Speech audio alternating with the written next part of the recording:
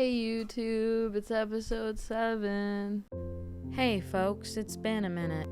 I got a new landlord who's kind of a prick, and he doesn't care about the plants on the apartment complex anymore, so I've been watering these bad boys here and there. I also decided to make a giant cookie because I was bored one day and was trying to avoid my responsibilities, like starting the self-portrait this video is about. I like to make a self-portrait every year because it kind of can show how much you've progressed and also just lets you explore new ideas of how you perceive yourself. So for this one, it's going to be kind of weird, just to warn you. I love giving my art table a good old scrub down and getting rid of items that don't belong here. However, the glasses I'm holding in this frame actually don't exist anymore because I accidentally stepped on them because I didn't have my other glasses on. I decided to change this to hot dog style instead of hamburger because of how big the canvas was. I also finally varnished this painting from Vegas, if you remember that video. It's very easy to entertain myself in my apartment. However, as entertained as I become, I always find a way back to what I need to do. And I couldn't avoid it for much longer. It was time to start this freaking painting. I don't know how many of you are familiar with obsessive-compulsive disorder, but it's something I've lived with for my whole life. I hate when it's characterized in such a cartoonish way, like, oh, this tile is out of place, I'm so mad, or I'm just really extra clean, because it's a lot more than that. And I'll probably explain a little bit in this video, not too much though. This self-portrait though, was the first self-portrait I ever made of myself, and probably the third painting I ever did in my life. And I remember being very satisfied with it because I was like, yeah, that looks like me. One thing I obsessively do is clean my ears, and while I was watching Nicholas Winding Refn's movie Drive, I accidentally stabbed my eardrum with a plastic little stick and thought I was gonna die. It hurt so freaking bad. So I put weird liquid in my ear and listened to what my chat had to say about it, but they were not helpful like usual because they all freaking suck. I got back to painting and then remembered that there was an art show I was supposed to be at and I didn't print out the labels and crap yet.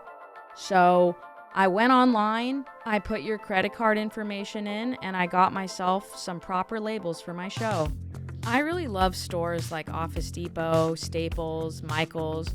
However, I will always have a vendetta against Michaels because I applied there like the week after I graduated college, and after my interview, they emailed me and said they were going in a different direction. Like, how was I not good enough for Michaels? When you're part of an art show, you actually need to show up like 4 or 5 hours before the show, drop off all your artwork, and then go home and then come back.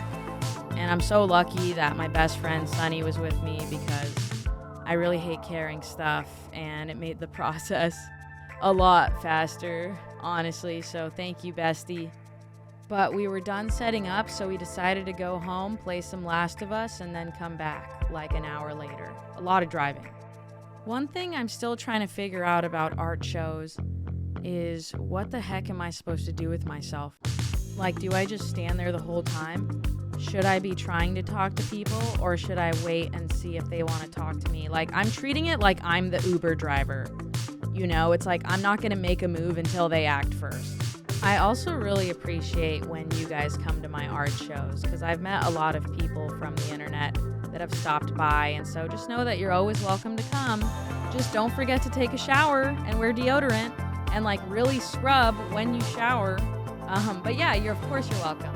Also, I'm not trying to brag, but there was this girl that asked her friend to take photos of her in front of my paintings. I get the attention of hot goth girls. What are you doing with your life, Eric? There was a lot of incredible performances at this art show, as well as a ton of different booths with different styles of art. I don't know, like when you really think about being an artist, it feels scary. It's like, how do I know that I can actually do this? And I guess the whole point is you don't. This particular show went till like 11 p.m. And at this point, my feet hurt so bad and I was so starving and I did not feel like spending $17 on a mac and cheese. So Sunny and I dipped the hell out, but also we had plans at midnight. We were going to see a midnight showing of Silent Hill at the New Bev. So we decided to get Jack in the Box because that was pretty much our only option, and there was a man that was trying to order without a car. Unfortunately, his charisma check failed. We were so freaking hungry that we scranned this garbage in probably less than 4 minutes. Having OCD means also having repeated thoughts, urges, and mental images in your head. And for me, the mental images one is the big one that I struggle with. I also have things that a lot of people already know about, like I don't eat with metal forks because they just make me uncomfortable. And I have a lot of rules and patterns in the way that I live my life. But for the unwanted thoughts, I just have these weird kind of scary images playing in my head all the time. I also went to the Basquiat exhibition, and it honestly is probably one of my favorites I've been to. I really like neo-expressionism, and I also like that Basquiat would paint on doors and fences and just random stuff. I don't know, he just felt that inner urge to create things and express himself. Like he couldn't stop making things, and I just really like people like that. I really love going to exhibits alone because I can look at things for exactly how long I want to. When I got back home, I knew that I needed to continue the painting, but I just really didn't feel like it. So I stalled for a bit, and then I stalled for a little bit more, but I felt like it was necessary stalling. And then a little bit of unnecessary stalling because I still wanted to stall. But I finally got my freaking act together, and I sat the freak down, and I continued to paint. I added shorts to the edge of the canvas because I wear these red shorts like all the time. If you know, you know. Sometimes I like to put little secrets in my paintings. I decided to take an even longer stall by going to Arizona with my friend Jordan so that we could do some ghost hunting together. The dashboard, or whatever you call this, stressed me out because the number lines weren't completed, as you can see. We checked into the hotel at around midnight, and I noticed that this hotel had a lot of branding around the word happy, and it was kind of creeping me out. They also had this weird picture of old ladies with LOL next to it in the elevator. My friend Jordan made fun of my cable and said it was ridiculously long and started to jump rope with it. We got Whataburger because we're degenerates, and we eventually went to bed. The next day we got to explore a haunted jail place, and the drive there, I mean, look at this. The sky, the hills, the bushes, it was just amazing. When we got to the hotel, we were greeted by this plastic bag overlooking this very small and magical haunted town that we got to explore. I tried to get this cat to come over to me, but it didn't like me at all. It genuinely looked like it had some sort of powers. Unfortunately, after 2 days of ghost hunting, I did not find a ghost boyfriend, so I went home. After this trip, I had to go to a wedding immediately, so I didn't sleep for like 2 days, and I ended up, unfortunately, getting really sick. The intrusive thoughts and images that I usually get are either some form of me being hurt or some form of somebody I care about getting hurt. It's kind of complicated to explain, and I don't want to get super graphic, but I just wanted to make a painting that sort of represented that part of my life that I go through. So this painting's about to get a little crazy. I'm not even stalling, okay? I have to dye my hair if I'm a streamer. Also, something about me is I love a good midnight bath. And I know the ultimate witch's brew, okay? The salt for your back, the milk bath. I'm such an easy person to buy presents for. Literally just bath supplies. I take a bath almost every day, dude. I don't know. It's just look at that. It's nice. Baths are so relaxing and perfect. How could they honestly ever go wrong? I love when the water is boiling hot. I want to feel like I'm the beef in a beef stew. This particular bath bomb had a prize inside of it, and I found it in the water, and I was trying to squeeze it open while recording at the same time. And I messed up, and I accidentally got the strap in the water, which this camera strap belongs to a friend of mine. So I felt kind of bad. I tried recording it again, and then I lost the item in the water. And then I realized that I accidentally got the strap in the water again. So I was trying to shake it out in the corner, but while I was trying to film myself finding the other ball, I accidentally got the strap in the water one more time. So here I go, shaking it out again. I did not mean to infuse my gamer girl bathwater with my friend's camera strap. I really didn't. And eventually I found my prize. His name is Porf. Like I said, I'm a bath time addict. The next day I took an avocado bath bomb and used it. And then the next day I made the water look like pee-pee by using this banana bath bomb.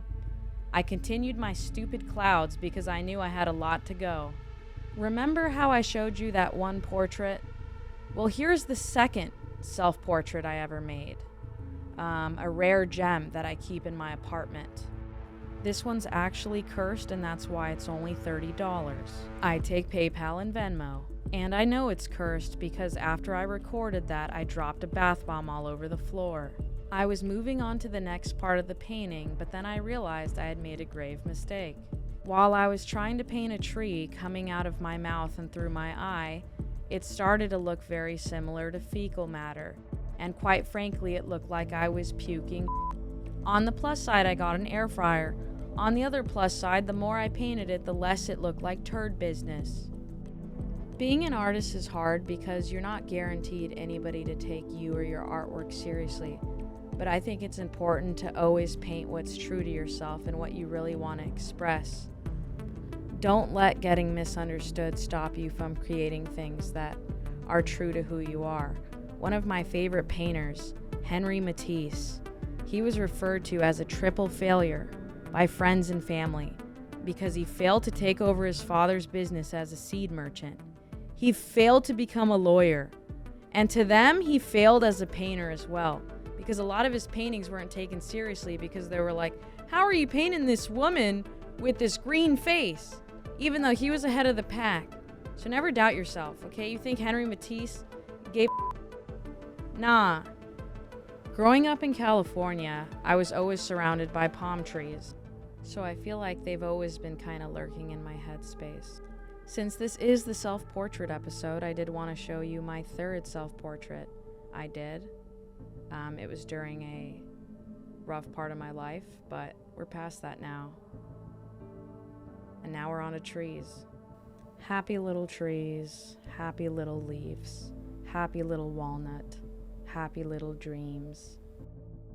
I proceeded to paint some ketchup out of the eyes because I wanted to express my hatred for the condiment.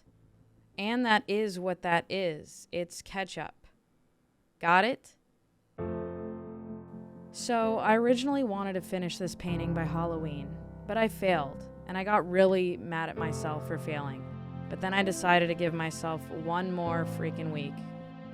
Also, you might not understand, but this image has been in my head for a really long time. So being able to just get it out was so exciting. Oh my god, I forgot about this guy. This was actually the beginning. When I went to go buy the canvas for this. This guy was showing me his paintings outside of the store, which was cool. Nice guy. And then I went inside and I looked for the perfect canvas because sometimes you want something a little better than Michael's. Because I'm better than Michael's. You, Michael's, go to Blick. Also, fun fact, my total at the register was exactly $82.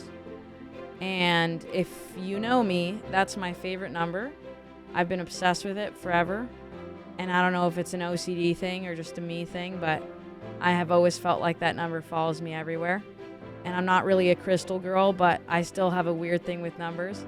But I just took it as a sign that this painting was meant to be, and it's gonna come out great because I'm making it.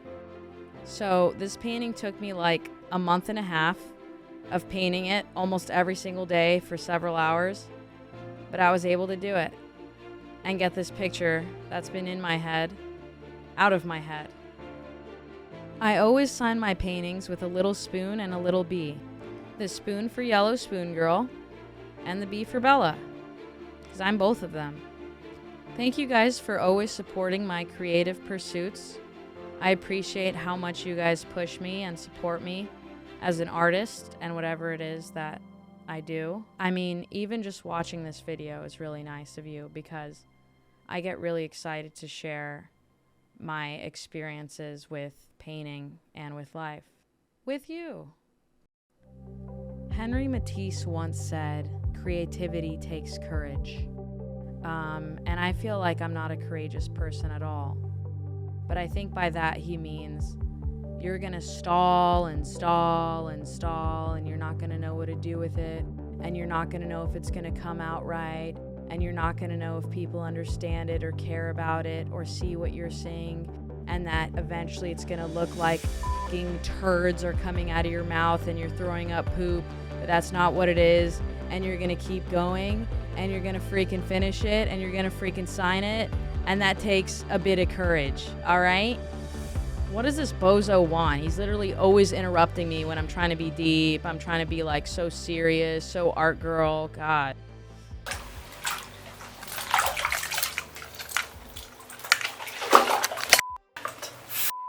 Oh my God.